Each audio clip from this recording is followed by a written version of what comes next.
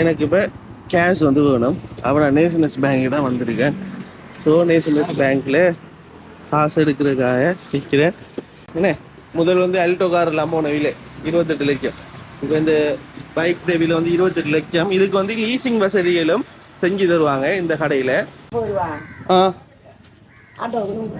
Motor bike 50 ரூபா, ஆட்டோக்கு 100 ரூபா, cycle 10 ரூபா.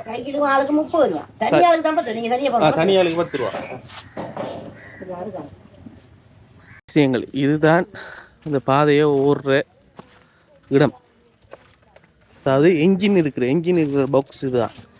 இந்த கதிரையில் வந்து அவர் இருந்து இதுக்கு என்ன பேர் ஜூதி? இந்த பைக் ரைடர் என்ன இல்லை, நீங்கள் செல்லம்மா ஒரு பேரும் வைக்கலையா? செல்லம்மா ஒரு பேரும் வைக்கல. செல்லம்மான்னு வைப்போமா பேரு? அடிக்காது. அதே நம்ம முகத்துல சன்கிளாஸ் போடுற மாதிரி தான் அது.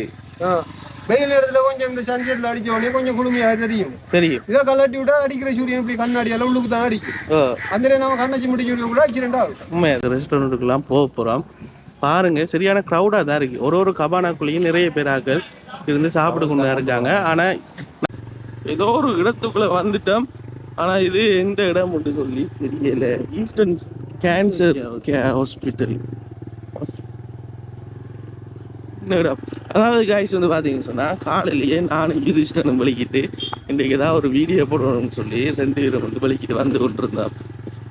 அப்போ சரி எங்கேயாவது போமேன்னு சொல்லி பார்த்தா எனக்கும் யுதிஷ்டனுக்கும் தெரியாது நம்ம எங்கே போகிறோம்.